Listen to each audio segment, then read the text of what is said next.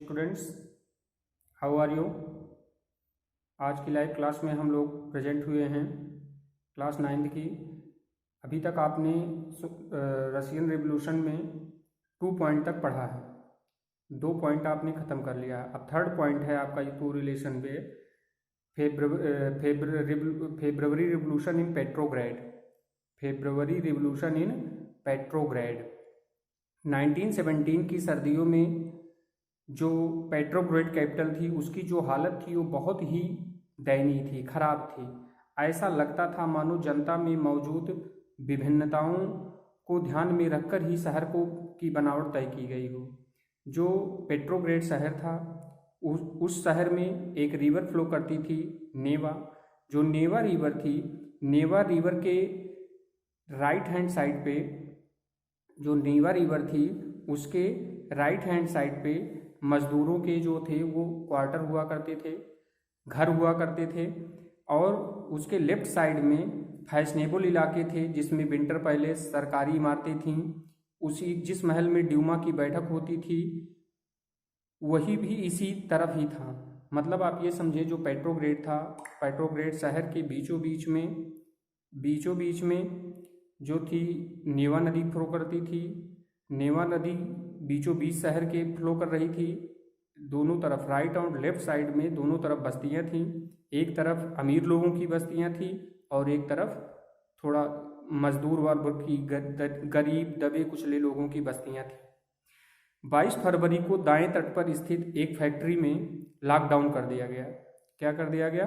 Lockdown. Lockdown का sense है तालाबंदी। जैसे अभी हमारे यहाँ इंडिया में मार्च महीने में कोविड-19 की वजह से लॉकडाउन किया गया था, कुछ वैसा ही लॉकडाउन ये भी था, लेकिन इसमें कोई डिजीज नहीं थी, कोई वायरस नहीं था। इसमें क्या था कि लोगों के अंदर अनसेटिस्फेक्शन की फीलिंग थी। लोगों के अंदर अनसेटिस्फेक्शन की फीलिंग थी। उस फीलिंग की वजह से जो फैक्ट्री के लोग थे, जब लॉकडाउन हो गया तो लॉकडाउन के बाद फैक्ट्री के लगभग 50 फैक्ट्रियों के मालिक मजदूरों ने उस लॉकडाउन को फॉलोअप किया, उसका समर्थन किया और काम ना करते हुए वो सारे लोग जो हैं वो मूवमेंट में शामिल हो गए, लॉकडाउन में शामिल हो गए। और इस लॉकडाउन में वीमेंस का भी पार्टिसिपेशन था। वीमेंस ने भी बढ़ चढ़ करके हिस्सा लिया और उनके बढ़ चढ़ करके हिस्से लेने की वजह से वहाँ पे इसी के बाद से वर्ल्ड फीमेल डे सेलिब्रेट किया जाने लगा, विश्व महिला दिवस सेलिब्रेट किया जाने लगा। अब जो प्रदर्शनकारी थे वो सब नेवा नदी के आसपास आ गए। जब गवर्नमेंट को पता चली, जार को पता चला, तो उसने इन डिमॉन्स्ट्रेटर को तितर बितर कर दिया और तितर बितर करके किसी तरीके से वहाँ पे स्थिति को काबू में करना चाहा। और 24 फरवरी क्या बोलते हैं कि 24 और 25 तारीख को जो डिमॉन्स्ट्रेटर अलग हुए थे वो 24 और 25 की डेट तक आते आते फिर से इकट्ठा होने लगे। और इकट्ठा हो नहीं सकते थे क्योंकि लीगली वहाँ पे कर्फ्यू लगा दिया गया था। अब 24-25 को जब इकट्ठा होने लगे, सरकार को इसकी जब भनक लगी तो वहाँ पे बहुत सारी पुलिस फोर्स को तैनात कर दिया गया, उसमें राइडर्स भी थे।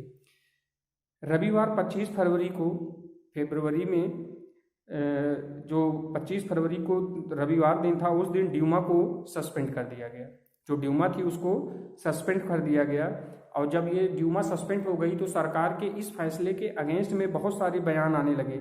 26 तारीख को जो डिमॉन्स्ट्रेटर थे वो बहुत बड़ी संख्या में बाएं तट के इलाके में इकट्ठा हो गए। 27 को उन्होंने पुलिस मुख्यालयों पर अटैक कर दिया और हमला करके उसे तहस नहस कर दिया गया। रोटी, तनख्वाह, काम के घंटों में कमी, ऐसे ही बहुत सारे डेमोक्रेटिक राइट्स के लिए वो असंख्य की संख्या में लोग इकट्ठा हो गए। जब स्थिति सरकार के नियंत्रण से बाहर होने लगी तो सरकार ने गोली चलाने का आदेश दिया, लेकिन जितने भी सुरक्षाकर्मी के लोग थे, पुलिस थे, राइडर्स थे, ये सारे लोगों ने गोली चलाने से साफ साफ मना कर दिया। और जब ये गोली चलाने का आदेश आया तो बहुत सारे रेजिमेंट के लोगों में इस गुस्सा आ गया कि जनता इनकी बात सुन नहीं रही है, सिर्फ और सिर्फ गोली चला रही है, गोली चलाने का आदेश दे रही है। तो बहुत सारी रेजिमेंट के लोगों ने भी मजदूरों के फेवर में अपनी नौकरी छोड़ दी और जो उस समय रेजिमेंट थी, रेजिमेंटों ने भी बगावत कर दिया और वो हड़ताली मजदूरों से आकर के मिल गए। उसी शाम को सिपाही और मजदूर जो थे वो सब एक सोवियत या कह सकते हैं काउंसिल को इस्टेब्लिश करने लगे और इसी इमारत में जमा हुए, अब तक ड्यूमा की बैठक भी हुआ करती थी, यहीं से जो पेट्रोग्रेड सोवियत था उसकी बर्थ होती है, उसका जन्म होता है, जो पेट्रोग्रेड है। नेक्स्ट डे एक रिप्रेजेंटेटिव जार से मिलने जाता है। सैनिक मजदूरों से ने उसे सलाह दी कि वो राजगद्दी छोड़ दे, मतलब जो जार था उसको कहा गया कि आप शासन की सत्ता छोड़ दें, और जो कमांडरों के द्वारा बात कही गई उस बात को जार ने मान लिया और उसने रिजाइन कर दिया 2 मार्च को।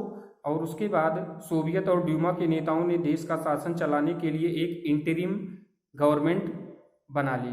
तय किया गया कि रूस के भविष्य के बारे में फैसला लेने की जिम्मेदारी संविधान सभा को सौंप दी जाए और उसका चुनाव यूनिवर्सल एडल्ट फ्रेंची के बेस पे कराया जाए। फरवरी 1917 में राजशाही की गद्दी से हटाने वाली क्रांति का झंडा पेट्रोग्रेड की जो पॉपुलेशन थी, जो सिटीजन थे, उनके हैंड में आ गया। ये तो बात हो गई फेब्रुवरी रिवॉल्यूशन इन पेट्रोग्रेड में। अब इसी में जो पॉइंट नंबर 3.1 है पेज नंबर 37 पे, उसमें बताई गई है कि जो इंटरिम गवर्नमेंट थी उसमें सैनिक अधिकारी, भूस्वामी, इंडस्ट्रियलिस्ट, बहुत सारी प्रभावशाली लोग उसमें थे। जनसभा करने और जो मूवमेंट था उस पर जो पाबंदियां लगाई गई थी वो सारी पाबंदियां हटा ली गई। जब पाबंदियां हटा ली गई तो पेट्रोग्रेड सोवियत संघ की तरह सब जगह पे सोवियतें अलग अलग से बना ली गईं। अप्रैल 1917 में बोल्शेविकों के जो एग्जाइल किए गए नेता थे जिनका नाम था व्लादिमीर लेनिन, वो रूस लौट आए। जब रूस लौट आए तो उनका कहना था कि सोवियतों को अब सत्ता अपने हाथ में ले लेनी चाहिए, लेकिन लेनिन ने जब ये बयान दिया तो युद्ध समाप्त किया जाए, सारी जमीन किसानों के हवाले की जाए, बैंकों को नेशनलाइज किया जाए। इन 3 मांगों को लेकर के जनता के सामने लेनिन गए और इन्हीं तीनों डिमांड को लेनिन थीसिस कहा जाता है। क्या कहा जाता है? Lenin thesis. इंपॉर्टेंट टर्म है, ध्यान देंगे, लेनिन थीसिस। लेनिन थीसिस में 3 बातें थीं: बैंकों को नेशनलाइज करना, किसानों को उनकी जमीन दे देना और जो युद्ध था उसको समाप्त किया जाए। युद्ध को समाप्त किया जाए, सारी जमीन को किसानों के हवाले किया जाए और बैंकों को नेशनलाइज किया जाए। इन 3 मांगों को ही अप्रैल थीसिस, लेनिन थीसिस के नाम से जाना जाता था। उसने यह भी सुझाव दिया कि अगर रेडिकल उद्देश्यों को स्पष्ट करने के लिए बोल्शेविक पार्टी का नाम चेंज किया जाए और उस बोल्शेविक पार्टी का नाम कम्युनिस्ट पार्टी रखा जाए। बोल्शेविक पार्टी के ज़्यादातर लोगों को अप्रैल थीसिस के बारे में सुनकर बहुत सारी हैरानी भी हुई, लेकिन फिलहाल इंटरिम गवर्नमेंट को ही समर्थन दिया जाना चाहिए था।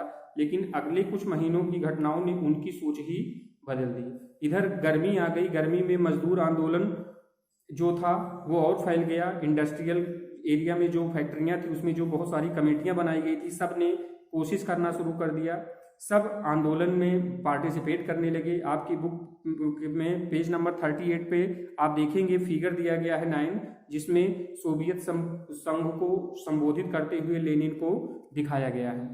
जो लेनिन था, लेनिन ने ट्रेड यूनियनों की तादाद बढ़ाई, सेना के सिपाहियों की समितियां बनी। 1917 में, जुलाई 1917 में बोल्शेविकों द्वारा जो आयोजित धरना प्रदर्शन था उनका भी दमन किया गया। बहुत सारे बोल्शेविक नेताओं को उस समय छिपना भी पड़ा क्योंकि वो लोग एंटी नेशन काम कर रहे थे। गांवों में किसान और उनके समाजवादी क्रांतिकारी नेता भूमि पुनर्वितरण के लिए दबाव डालने लगे। इस काम के लिए भूमि समितियां बनाई गईं। ये सारी चीजें फरवरी में हुआ। पेट्रोग्रेड में जो क्रांति हुई थी उसके बाद हुआ। अब पॉइंट है 3.2 रिवॉल्यूशन, अक्टूबर रिवॉल्यूशन इन 1917। जैसे जैसे आप देखा जाए कि जैसे जैसे इंटरिम गवर्नमेंट और बोल्शेविकों के बीच जो टकराव था, जो कॉन्फ्लिक्ट था, जब वो बढ़ता गया तो लेनिन को अंतरिम सरकार द्वारा तानाशाही थोप देने की आशंका दिखाई देने लगी। सितंबर में उन्होंने सरकार के विरोध में जो विद्रोह के बारे में चर्चा शुरू कर दी। सेना और फैक्ट्री, सोवियतों और मौजूद बोल्शेविकों को इकट्ठा किया गया। 16 अक्टूबर 1917 को लेनिन ने पेट्रोग्रेड सोवियत और बोल्शेविक पार्टी को सत्ता पर कब्जा करने के लिए राजी कर लिया। सत्ता पर कब्जा के लिए लियोन ट्रॉट्स्की के नेतृत्व में सोवियत की ओर से एक सैनिक क्रांतिकारी को जिम्मेदारी दी गई और उसने इस योजना को शुरू किया। 24 अक्टूबर को जो रिवोल्ट था वो शुरू हुआ। संकट की आशंका को देखते हुए जो उस समय के प्रधानमंत्री थे, प्राइम मिनिस्टर थे क्रेंस्की ने सैकड़ों सैनिकों की टुकड़ियों को इकट्ठा करने शहर के बाहर चले गए। तड़के ही सरकार के जो ट्रस्टफुल फेथफुली जो सैनिक थे वो बोल्शेविक अफकारों के दफ्तरों पर घेरा डाल दिए। टेलीफोन और टेलीग्राफ की जो सेवाएं थीं उन पर नियंत्रण प्राप्त कर लिया। विंटर पैलेस की रक्षा के लिए समर्थक सैनिकों को रवाना कर दिया। ये सारी चीजें हुई और उसी दिन अरोरा नामक युद्धपोत ने विंटर पैलेस पर बमबारी शुरू कर दी। अन्य युद्धपोतों ने नेवा के रास्ते से आगे बढ़ते हुए पूरा शहर क्रांतिकारियों के नियंत्रण में आ चुका था। मंत्रियों ने आत्मसमर्पण कर दिया। पेट्रोग्रेड में अखिल रूसी सोवियत कांग्रेस की बैठक हुई जिसमें बहुत से बोल्शेविकों की कार्रवाई का समर्थन किया। अन्य शहरों में भी बगावतें होने लगी। दोनों तरफ में जमकर गोलीबारी हुई, खासतौर से मॉस्को में। लेकिन दिसंबर तक मॉस्को पेट्रोग्रेड इलाके पर बोल्शेविकों का नियंत्रण स्थापित हो चुका था। ये इतनी बातें आपकी हो गई पेट्रोग्रेड रिवॉल्यूशन की। जो पेट्रोग्रेड फरवरी रिवॉल्यूशन इन पेट्रोग्रेड था पॉइंट नंबर 3, उसमें 3 टॉपिक थे 3.1, 3.2 एंड 3. Normal point. अब चौथा टॉपिक है आपकी बुक में कि जो क्रांति हुई थी अक्टूबर रिवॉल्यूशन के बाद क्या बदला। अक्टूबर रिवॉल्यूशन के बाद क्या बदला। अब आपको तभी ये बात समझ में आएगी कि जब कोई भी क्रांति होती है तो क्रांति के बाद जन धन की अपार हानि होती है। जब जन धन की हानि होगी तो आप समझिए कि कैसे किसी भी देश की जो सिचुएशन होती है वो कैसे बदल जाती है। अब हमें समझना है point number 4, what changed after October. What changed after October. अक्टूबर के बाद क्या बदला। पेज नंबर 40 पे है आपके। जो बोल्शेविक थे उनकी निजी व्यवस्था जो संपत्ति थी वो पूरी तरीके से जो बोल्शेविक निजी संपत्ति की व्यवस्था के पूरी तरह खिलाफ थे। ज़्यादातर उद्योगों और बैंकों का 1970 में ही उनको नेशनलाइज कर दिया गया।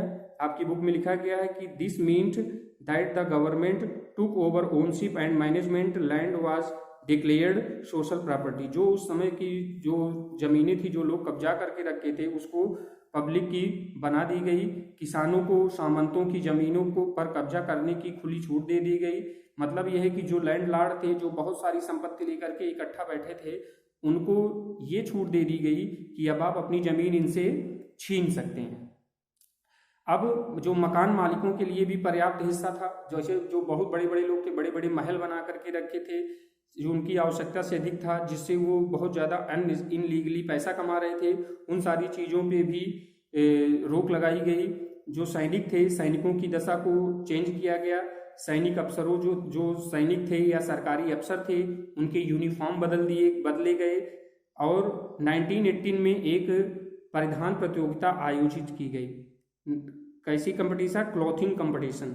क्या? परिधान क्लॉथिंग कंपटीशन ऑर्गेनाइज किया गया जिसमें सोवियत टोपी का चुनाव किया गया। सोवियत टोपी बुनियोदोक का। अब सेकेंड पैरा पे आएंगे तो the Bolshevik party was renamed communist party. रूसी कम्युनिस्ट पार्टी जो बोल्शेविकों ने रखा था। नवंबर 1917 में बोल्शेविकों ने संविधान सभा के लिए चुनाव कराए लेकिन इन चुनावों में उन्हें बहुमत नहीं मिल पाया। जनवरी 1918 में असेंबली ने बोल्शेविकों के प्रस्ताव को खारिज कर दिया और लेनिन ने असेंबली बर्खास्त कर दी। उसका मत था कि अनिश्चित परिस्थितियों में चुनी गई जो असेंबली के मुकाबले अखिल रूसी सोवियत संघ या कह सकते हैं अखिल रूसी कांग्रेस ज़्यादा इफेक्टिव है। मार्च 1918 में जो अन्य राजनीतिक सहयोगी थे उनकी असहमति के बाद बोल्शेविकों ने ब्रेस्ट लिटवोस ने जर्मनी से संधि कर ली। आने वाले सालों में बोल्शेविक पार्टी अखिल रूसी सोवियत कांग्रेस के लिए होने वाले चुनाव में हिस्सा लेने वाली एकमात्र पार्टी रह गई। अखिल रूसी सोवियत कांग्रेस को अब देश की संसद का दर्जा दे दिया गया, क्योंकि अब कोई बचा ही नहीं था। अब एक ही इसमें दिया गया है आपकी बुक में कि अखिल रूसी सोवियत को जब दर्जा दे दिया गया तो रूस एक दलीय राजनीतिक व्यवस्था वाला देश बन गया। ट्रेड यूनियनों पर, जो ट्रेड यूनियन थे उन पर पार्टी का नियंत्रण रहता था। जो सेक्रेट पुलिस थे, जिसे पहले चेका और बाद में ओजीपीयू तथा एनकेवीडी का नाम दिया गया, बोल्शेविकों को क्रिटिसाइज करने वालों को दंडित करने लगी। मतलब जो सरकार के अगेंस्ट में बात करेगा उसको पनिशमेंट की व्यवस्था कर दी गई। बहुत सारे यूथ राइटर्स जो थे, वो आर्टिस्ट थे, वो उस समय की जो पार्टी थी कम्युनिस्ट पार्टी, उसकी तरफ अट्रैक्ट हुए। 1970 में ये सारी सिस्टम शुरू हुए, लेकिन पार्टी द्वारा जो थोपी गई सेंसरशिप के कारण बहुत सारे लोगों को पार्टी से गुस्सा भी था, उनका मोहभंग भी हुआ, क्योंकि जो नियम बन रहे थे वो कुछ लोगों को तो अच्छे लग रहे थे और कुछ लोगों को अच्छे नहीं लग रहे थे। अब आपके पेज नंबर 48 पे बॉक्स 3 में दिया गया है कि October revolutions and the Russian countryside two views. अक्टूबर क्रांति और रूसी ग्रामीण इलाके के दो दृष्टिकोण इसमें दिए गए हैं। आपसे रिक्वेस्ट है कि आप उसको पढ़ेंगे तो आपको 25 अक्टूबर 1905 को जो क्रांतिकारी उथल पुथल की खबरें आपने पढ़ी थी, उसके बाद कुछ लोगों ने खुशियां मनाई, कुछ लोगों में गम था, ये सारी चीजें इसमें दी गई हैं। उसके बाद जो जमींदारी व्यवस्था थी, जडीडिस्ट की व्यवस्था थी, उसको जो खत्म किया गया उसके बारे में दिया गया है। तो हम लोग जनरली जो टॉपिक ये पढ़ रहे हैं कि व्हाट चेंज आफ्टर अक्टूबर, तो अक्टूबर के बाद जर्मनी में क्या बदला, तो सबसे पहले सिचुएशन बदली। पेज पॉइंट नंबर है 4.1। 4.1 में दिया गया है कि सिविल वार। क्या दिया गया है? सिविल वार। सिविल वार का मतलब क्या होता है? गृह युद्ध। जब किसी भी कंट्री के लोग आपस में ही किसी इशू को लेकर के, चाहे वो कल्चर हो, सोशल हो, लैंड हो, कोई भी इशू हो लेकर के जब आपस में ही क्वेरल करने लगते हैं, वायलेंस करने लगते हैं, तो उस सिचुएशन को हम बोलते हैं सिविल वार। अब यहाँ पे देखते हैं when the Bolshevik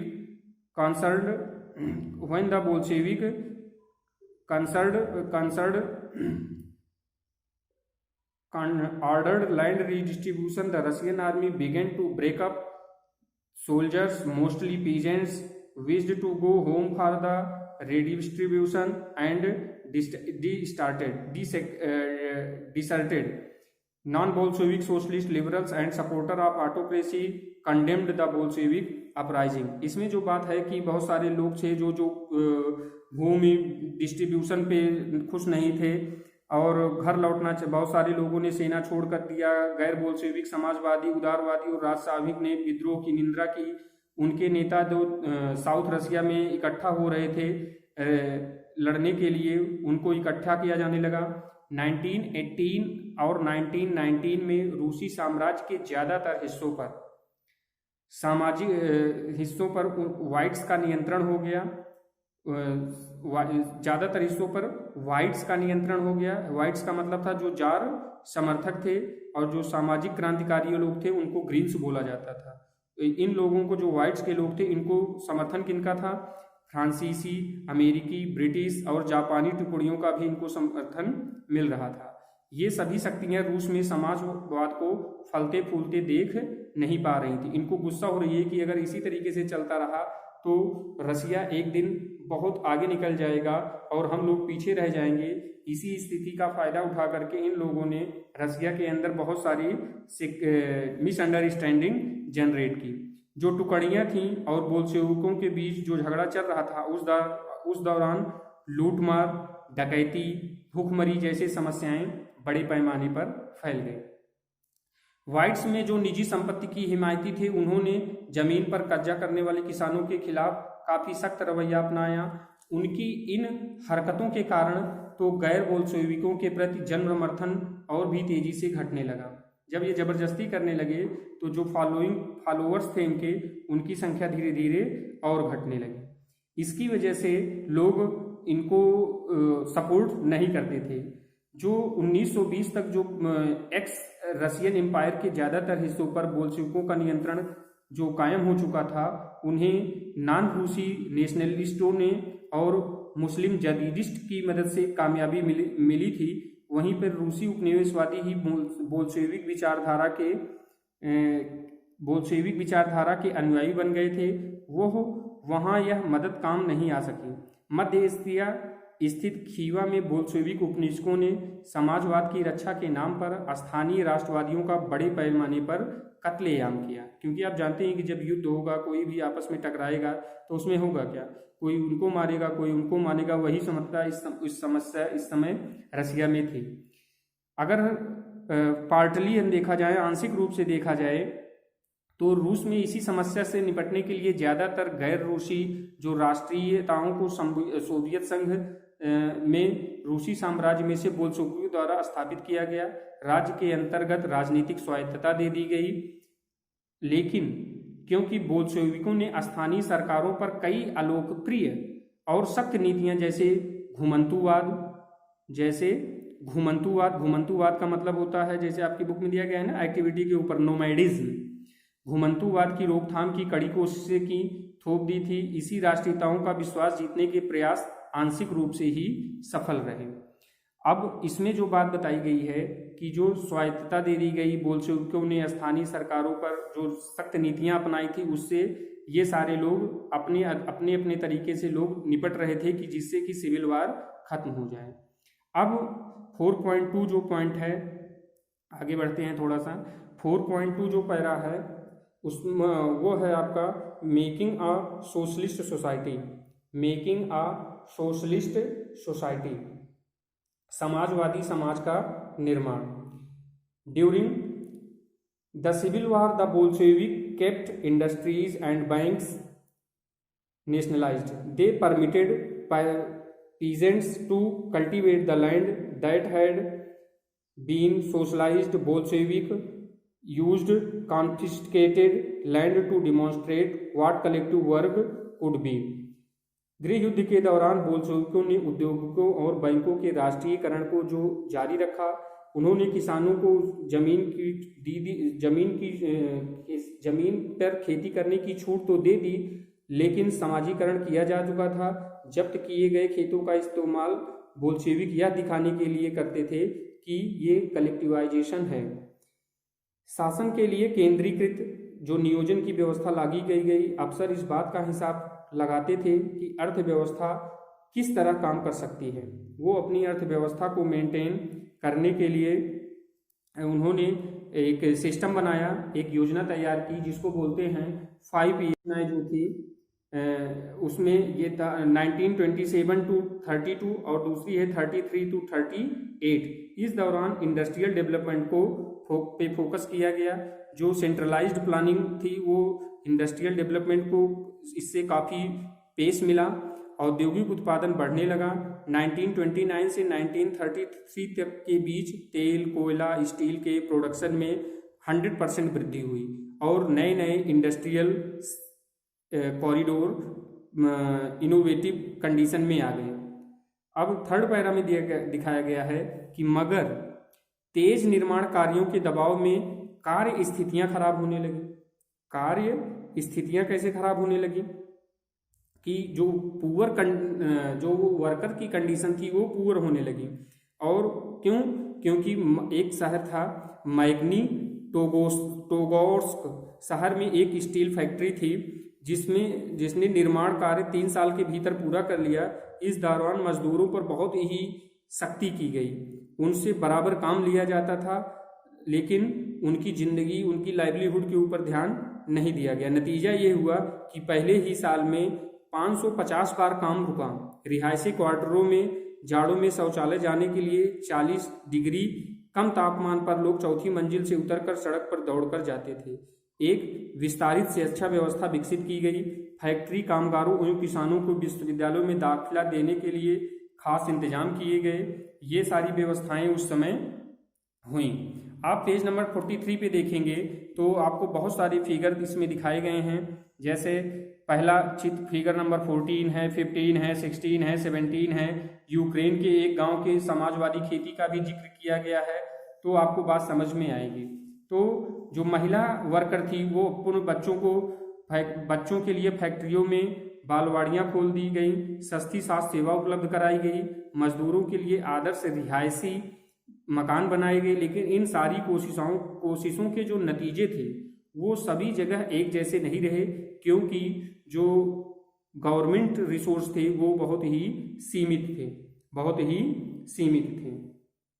तो स्टूडेंट्स, अब हम देख रहे हैं कि कैसे कैसे रसिया में जब यूएसएसआर बन गया तो उसके बाद की कंडीशन जो थी उसके बारे में हम लोग अब आगे धीरे धीरे समझ में आ रहे हैं। कोई दिक्कत होगी तो आप कमेंट सेक्शन में लिखेंगे, तो उसका सलूशन हम आपको देंगे। अब है 4.3 कलेक्टिवाइजेशन एंड स्टॉलिनिज्म।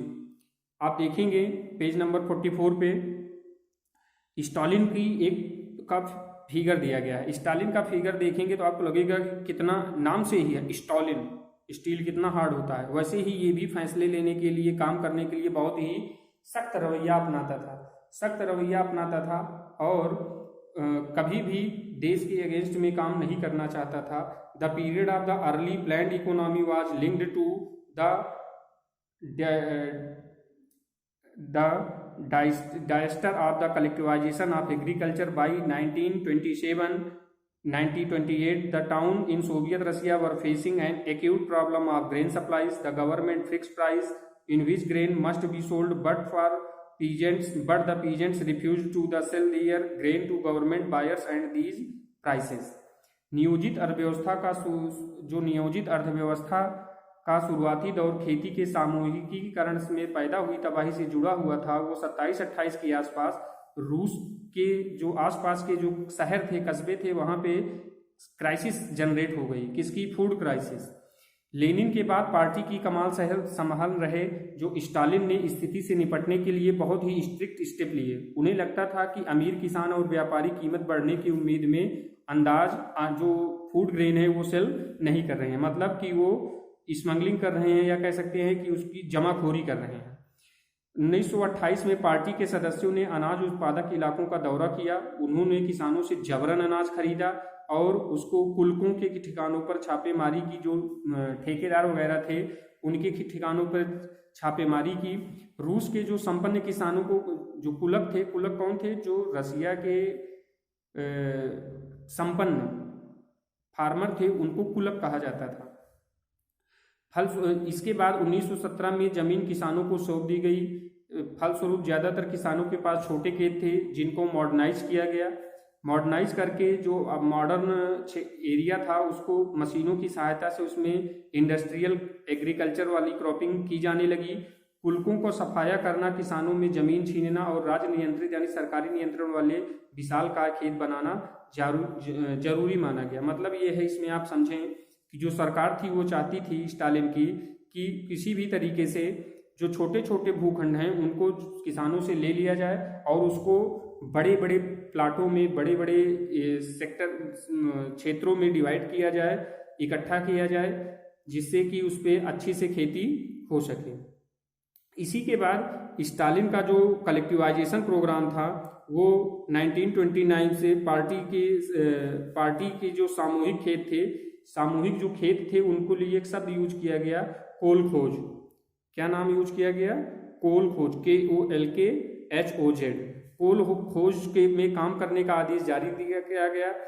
ज्यादातर जो जमीन और साजो सामान सामूहिक खेती में स्वामित्व में सौंप दिए गए। सभी किसान सामूहिक खेतों पर काम करने और कोल खोज के मुनाफे की सभी किसानों में बांट दिया जाता था। इस फैसले से गुस्साए किसानों ने सरकार का विरोध किया और वे अपने जानवरों को खत्म करने लगे। 1929 से 31 के बीच में मवेशियों की संख्या में 1/3 कमी आ गई, जिससे जो और ये हो क्यों रहा था? कलेक्टिवाइजेशन का वो विरोध कर रहे थे। सामूहिकीकरण का विरोध करने वालों को सख्त सजा दी जाती थी। बहुत सारे लोगों को एग्जाइल कर दिया गया। सामूहिकीकरण कलेक्टिवाइजेशन का जो को अपोज करने वाले जो पीजेंट्स थे उनका कहना था कि वे ना तो अमीर हैं ना ही सोशलिज्म के विरोधी हैं, वे बस डिफरेंट जो रीजन है उनके सामूहिक खेतों पर काम नहीं करना चाहते हैं। सबके अपने अपने इशू थे। स्टालिन सरकार ने सीमित स्तर पर स्वतंत्र किसानों की व्यवस्था जारी रखने दी, लेकिन ऐसे किसानों को कोई खास मदद नहीं दी जाती थी। कलेक्टिवाइजेशन के बावजूद उत्पादन में नाटकीय वृद्धि नहीं हुई, ज़्यादा वृद्धि नहीं हुई, बल्कि 1930-33 की खराब फसल के बाद तो सोवियत में सबसे बड़ा ड्राट की सिचुएशन आ गई। अकाल पड़ा, फैमाइन आया, जिससे 40 लाख से ज़्यादा लोग मारे गए। 40 लाख से ज़्यादा लोग मारे गए।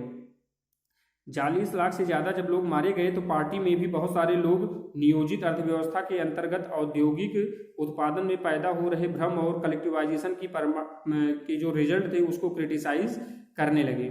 स्टालिन और उनके सहयोगियों में से ऐसे क्रिटिसर्स को समाजवाद के खिलाफ साजिश रचने का आरोप लगाने लगे और इसके तहत उनको फंसा करके जेल में डाल दिया जाता था या श्रम शिविरों में भेज दिया जाता था।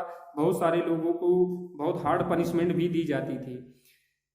लेकिन ये सब आशय के बयान में लिखवा दिए गए कि उन्होंने जो भी उनके अगेंस्ट में जाता था उनको अरेस्ट कर लिया जाता था और चार्जशीट में लिख दिया जाता था कि ये गवर्नमेंट के अगेंस्ट में काम कर रहे हैं और इनके लिए ये नेशन के लिए काम सही से नहीं कर रहे हैं। तो स्टूडेंट्स, ये बात थी स्टालिन और कलेक्टिवाइजेशन की। अब आपके पेज नंबर 45 पे सोर्स सी डी दिया गया है, जिसमें कलेक्टिवाइजेशन के विरोध और सरकार का जो रिएक्शन था उसके बारे में दिया गया है और एक किसान द्वारा लिखा गया पत्र है जो सामूहिक खेतों में काम नहीं करना चाहता था। जब आप उसको पढ़ेंगे तो आपको वो बात समझ में आएगी कि क्यों कोई एक किसान कलेक्टिवाइजेशन वाले खेतों में काम नहीं करना चाहता था। अब आपकी बुक का एक लास्ट टॉपिक इसमें दिया गया है, वो लास्ट टॉपिक जब पढ़ लेंगे तो आपका ये लेसन कंप्लीट हो जाएगा।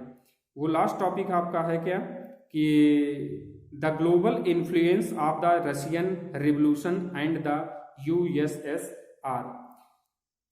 अब रूसी क्रांति और सोवियत संघ का वैश्विक प्रभाव, इस टॉपिक को हम पढ़ लेंगे तो हमारा ये लेसन जनरली कंप्लीट हो जाएगा। तो इस लेसन को, इस चीज़ को पढ़ने के लिए हम देखते हैं कि जो ग्लोबल इन्फ्लुएंस था रशियन रिवॉल्यूशन का और जो यूएसआर था, रूसी क्रांति और जो यूनाइटेड सोवियत संघ था, उस पर इसका इफेक्ट क्या पड़ा। Exciting socialist parties in Europe did not wholly approve of the way the Bolshevik took powers and kept it. बोल्शेविकों ने जिस तरह सत्ता पर कब्जा किया था और जिस तरह उन्होंने शासन चलाया उसके बारे में यूरोप की समाजवादी पार्टियां बहुत सहमत नहीं थी, लेकिन मेहनत कशों के राज्य की स्थापना की संभावना ने दुनिया भर के लोगों में एक नई उम्मीद जगा दी थी। बहुत सारे देशों में कम्युनिस्ट पार्टियों का गठन में एक नई उम्मीद जगा दी गठन किया गया, जैसे इंग्लैंड में communist party of great Britain. Bolshevik encounter colonial people of the following their experiments. Many Russian outsiders, the USSR, participated in the Conference of the People of the East 1920 and the Bolshevik founded in the Conference of the People Union of Pro-Bolshevik Socialist Parties। इसमें जो बात दिखाई जा रही है वो ये दिखाई जा रही है कि जो इंग्लैंड जैसे देश थे, जब वहाँ पे इसकी स्थापना कर दी गई तो बोल्शेविकों ने उपनिवेशों की जनता को भी उनके रास्ते का अनुसरण करने के लिए मोटिवेट किया। सोवियत संघ के अलावा भी बहुत सारे देशों ने के प्रतिनिधियों ने conference of the people of the east और बोल्शेविकों द्वारा बनाए गए कॉमिंटर्न क्या था, बोल्शेविक समर्थक समाजवादी पार्टियों का एक अंतर्राष्ट्रीय महासंघ था। कॉमिंटर्न में हिस्सा लिया। कुछ विदेशियों को सोवियत संघ की communist university of the workers of the east में शिक्षा दी गई। जिस समय सेकेंड वर्ल्ड वॉर हुआ उस समय सोवियत संघ की वजह से समाजवाद को एक ग्लोबल पहचान और हैसियत मिल चुकी थी, लेकिन 1950 के डिकेड तक देश के भीतर भी लोग समझने लगे थे कि सोवियत संघ की शासन शैली रूसी क्रांति की आदर्शों के अनुरूप नहीं है। वर्ल्ड समाजवादी आंदोलन में भी इस बात को मान लिया गया कि सोवियत संघ में सब कुछ ठीक ठाक नहीं चल रहा है। एक पिछड़ा हुआ देश महाशक्ति बन चुका था, उसके उद्योग और खेती विकसित हो चुके थे, गरीबों को भोजन मिल रहा था, लेकिन वहाँ के नागरिकों को कई तरह की आवश्यक स्वतंत्रता नहीं दी जा रही थी और विकास परियोजनाओं को दमनकारी नीतियों के बल पर लागू किया गया था। 20वीं सदी के अंत तक एक समाजवादी देश के रूप में इंटरनेशनल फेज पर सोवियत संघ की प्रतिष्ठा काफी कम रह गई थी। हालांकि वहां के लोग अभी भी समाजवाद के आदर्शों का सम्मान करते थे, लेकिन सभी देशों में समाजवाद के बारे में विविध प्रकार के व्यापक पुनर्विचार किया गया। अब बॉक्स नंबर 5 पे रूसी क्रांति से writing about the Russian revolution in India, box number 5 पे जो रशियन रेवोल्यूशन था उसका भारत की में क्या इम्पैक्ट पड़ा उसके बारे में इसमें दिया गया है। मैं थोड़ा सा इसको भी ब्रीफ कर दे रहा हूँ। रूसी क्रांति से प्रेरित होने वाले बहुत सारे भारतीय भी थे, उनमें से कई कम्युनिस्ट विश्वविद्यालय में शिक्षा प्राप्त की थी। 1920 के दशक में चल रहा भारत में कम्युनिस्ट पार्टी का गठन कर लिया गया। इस पार्टी में सदस्य सोवियत कम्युनिस्ट पार्टी के संपर्क में रहते थे। कई महत्वपूर्ण भारतीय राजनीतिक एवं सांस्कृतिक व्यक्तियों ने सोवियत प्रयोग में दिलचस्पी ली और वहां का दौरा किया। रूस आने जाने वाले भारतीयों ने जवाहरलाल नेहरू और रविन्द्रनाथ टैगोर भी थे, जिन्होंने सोवियत समाजवाद के बारे में लिखा है। भारतीय लेखक ने सोवियत रूस की अलग अलग छवियां दिखाई देती हैं। हिंदी में आर.एस. अवस्थी ने 1921 में Russian revolution Lenin his life and his thoughts और द रेड रेवोल्यूशन नामक किताब लिखी। उनके अलावा एम.डी. विद्यालंकार ने द रिबर्थ ऑफ रशिया तथा and the Soviet state of Russian नामक पुस्तक को राइट किया। इस विषय पर बंगाली, मराठी, मलयालम, तमिल, तेलुगु में भी बहुत सारा कुछ लिखा गया है। अब ये स्टूडेंट्स आपका लेसन कंप्लीट होता है रशियन रेवोल्यूशन का। पेज नंबर 47 पे भी सोवियत रूस में एक भारतीय की कहानी दी गई है और स्रोत में आगे देखेंगे तो रूस में 1930 में रविन्द्रनाथ टैगोर की रूस यात्रा के बारे में भी इसमें बात बताई गई है। तो स्टूडेंट्स हमारा ये टॉपिक यहीं पे ख़त्म होता है।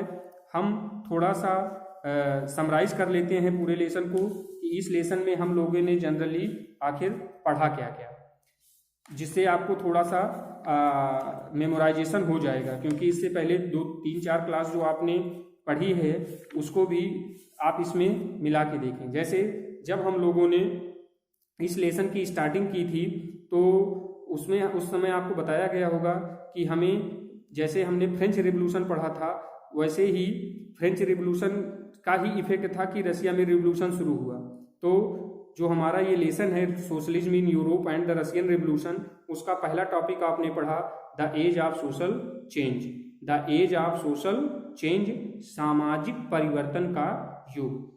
उसी में हम लोगों ने पॉइंट पढ़ा 1.1 लिबरल्स, रेडिकल्स एंड कंजर्वेटिव्स, उदारवादी, रेडिकल और रूढ़िवादी। फिर 1.2 पढ़ा हमने इंडस्ट्रियल। 1.2 में हमने क्या पढ़ा? Industrial society and social changes, industrial society and social change, जिसमें हम लोगों ने मताधिकार, जो सफ्रीगेट मूवमेंट था, सफ्रीगेट मूवमेंट क्या था कि वोट डालने का अधिकार पाने के लिए चलाया गया आंदोलन। अब उसके बाद हम लोगों ने सफ्रीगेट मूवमेंट के बाद the coming of socialism in Europe में समाजवाद का आगमन पढ़ा। फिर हम लोगों ने सपोर्ट फॉर सोशलिज्म के बारे में जाना, सपोर्ट समाजवाद के समर्थन के लिए। फिर हमारा दूसरा पॉइंट शुरू होता था रशियन रिवॉल्यूशन, जिसमें हम लोग विंटर पैलेस के व्हाइट हॉल में जार निकोलस के बारे में जो बातें पढ़े थे। अब इस पॉइंट में हमने ये सिर्फ पढ़ा था कि रूस में क्रांति हुई तो क्यों हुई, कैसे हुई। उसी में पेज 2.1 था रूसी साम्राज्य 1914, उसके बाद 2.2 था इकोनॉमी एंड सोसाइटी के बाद हम लोगों ने सोशलिज्म इन रशिया के बाद फिर हम लोग आज जहां से शुरू किए थे पढ़ना वर्ल्ड वार आफ्टर फरवरी, ये सारी चीजें हम लोगों ने पढ़ा था। फिर आज का वीडियो में आज की क्लास में हम लोगों ने पेट्रोग्रेड से पढ़ना स्टार्ट किया था। तो स्टूडेंट्स आज के लिए इतना ही। नेक्स्ट क्लास में नेक्स्ट वीडियो के साथ हम लोग मिलेंगे। Thank you for listening me.